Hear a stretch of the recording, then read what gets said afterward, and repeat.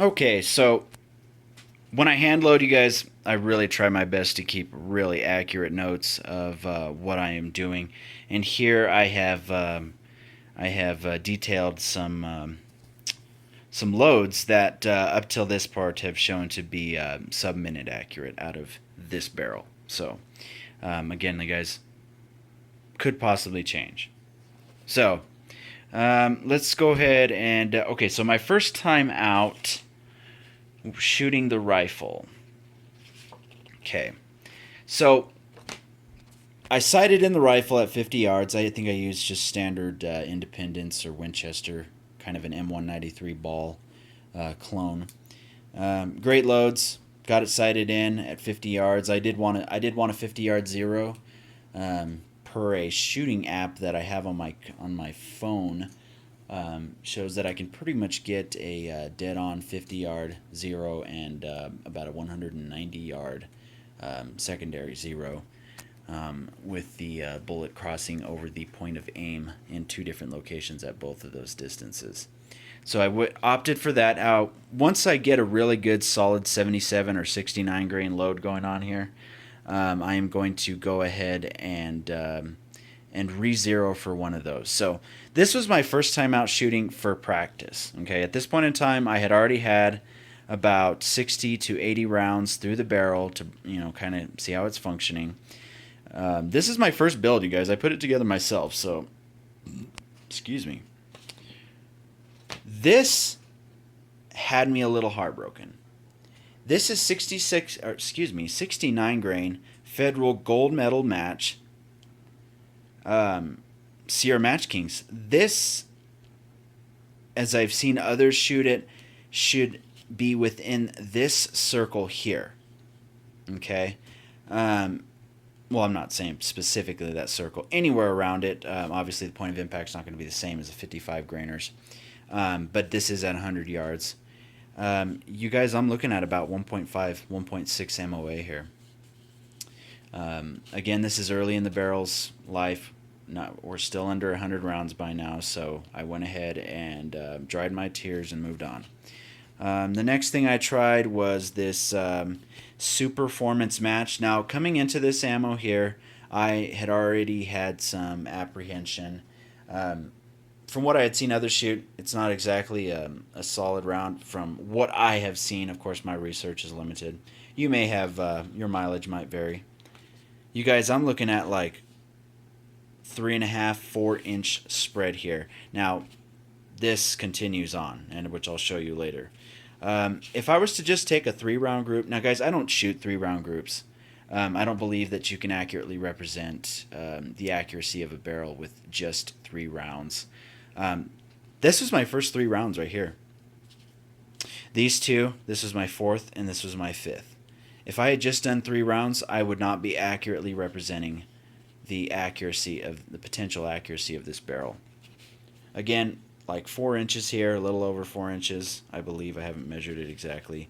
If you don't measure these 2 flyers here, it's an MOA.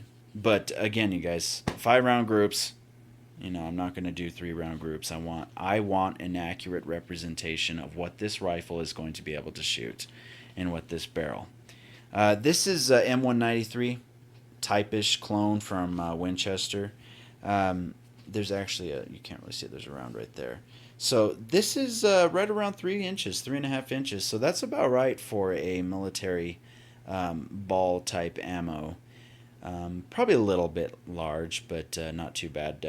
2.98 is what I measured without measuring this one here. So, okay. So here we've got some improvement. All right. This is 75 grain Hornady 223 match. This stuff is actually really good quality stuff. I think this is the same bullet that's down here in the 5.56 Super Performance match. Except this has got a cannular. This one does not. Mulan on AR15.com actually has some really great comparisons and data put together on the difference between these 2 rounds here. I believe they have the same ballistic coefficient, but in my shooting at least, this one shot better. This is a 5-round group here, by the way, guys. If I didn't count this one, it's actually 1.8 0.18, so right around an MOA. If I count this one in, it's getting in right or close to 2 inches, so not impressive at all.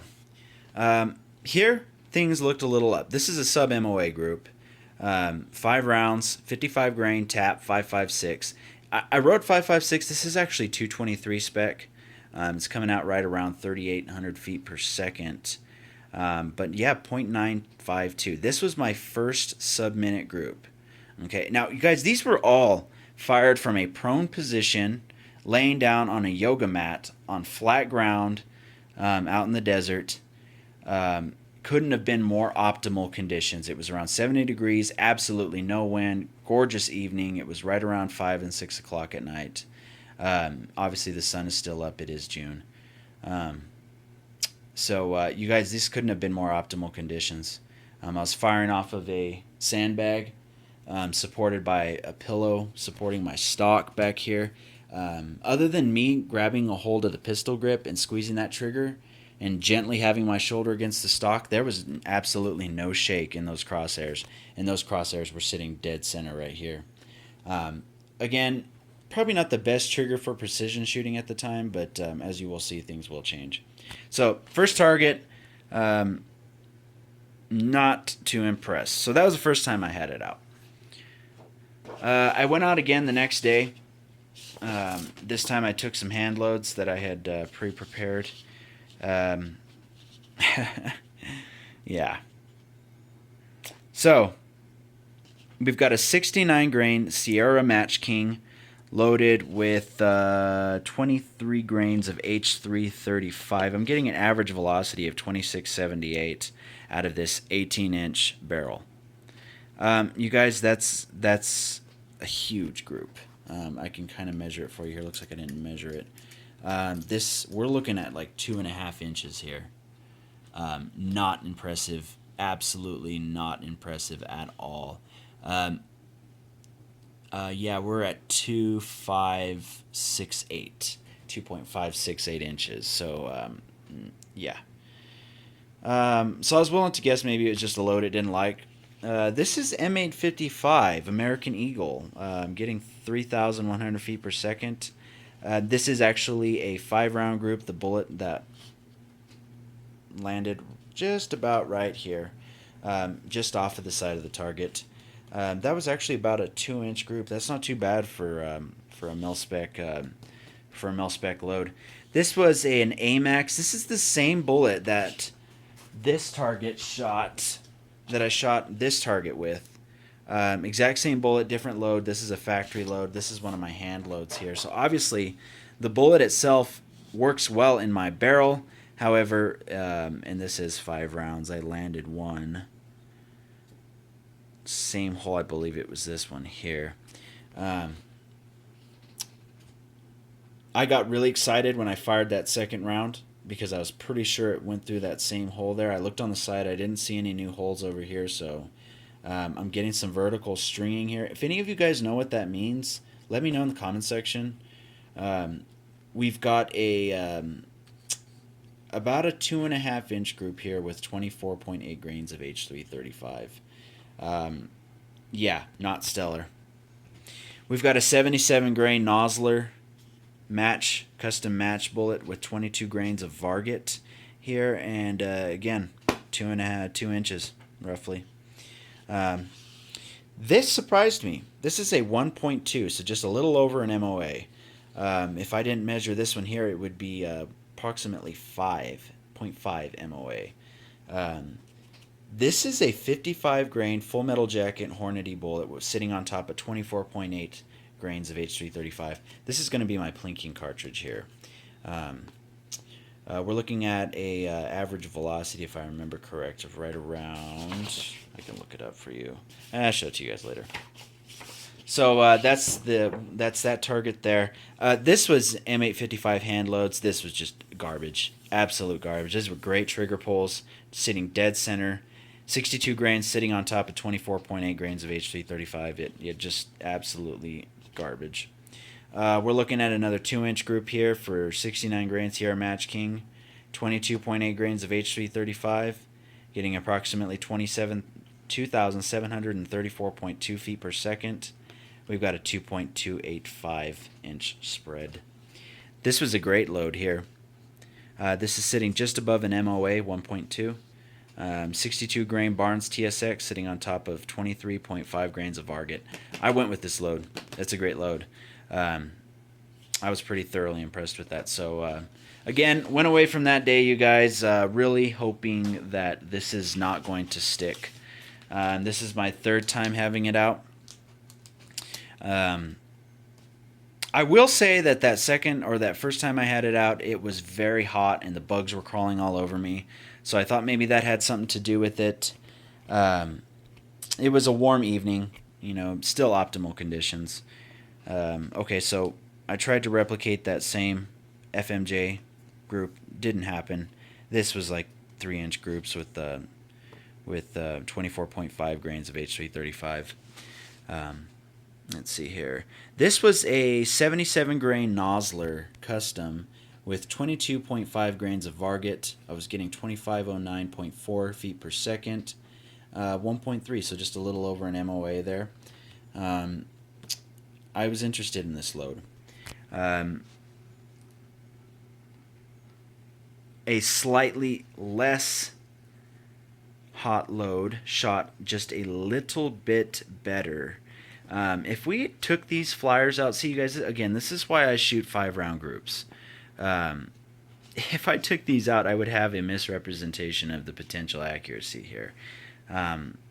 This was my 4th round fired. This was my 5th one, if I remember correct. So that's a great group right there. But this opened it up. So that was sitting on 22.3 grains of Varget, slightly less hot than this one here. Again, I'm trying with the 69 grain Sierra Match Kings. I will say that this, by the way, this was a cold bore shot. This was a cold bore group. This was the first group of the morning. Very hot. We were only there for about 5 minutes before we just absolutely couldn't stand it and we got out of there. Fired these 2 groups. So I'm guessing these are skewed a little bit because of the heat. So I'm going to go ahead and maybe give a variance of about quarter MOA for the fact that I was absolutely miserable out in the heat. I didn't measure these. I'm not sure why I didn't measure them and put them. Sorry, guys. So as you can see, that's sitting at right at 2.095 inches. Not impressive. It's about an MOA if I took this out. Here. Again, trying it with the 69 grain. This was 24 grains of Varget. This was 24.3 grains of Varget. Take that out. You got a good group going on. But again, 5-round groups, guys. Okay, so